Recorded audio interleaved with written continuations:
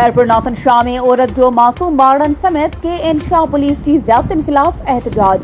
तफ़सीलन मूजिब Khairpur Nathan Shah में मिसमात नदीमा Khairpur Nathan Shah police की ज़्यादतियुनि खिलाफ कॉन्फ्रेंस कई।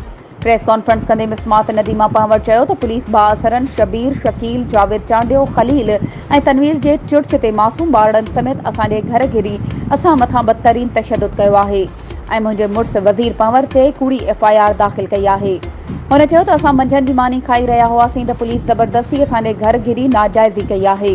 हुन वधीक चयो त मुंहिंजो मुड़ुस हिकु प्राइमरी उस्ताद आहे ऐं पैगम्बरी शोबे सां वाबस्ता आहे। असां इज़तदार शहरी आहियूं, असांखे बेगुनाह तंग कयो पियो वञे। हुन चयो त बासर असांखे मोतमार धमकियूं ॾेई रहिया आहिनि ऐं बासर खैरपुर नाथन शाह पुलिस जी मदद सां मूंखे माराइण चाहिनि था त मूंखे बचायो वञे। हुन मौक़े ते हुन DIG हैदराबाद SSP दादू खां इंसाफ़ जो मुतालबो कयो आहे त मुंहिंजे मुड़ुस मथां कूड़ी FIR ख़तमु कई वञे।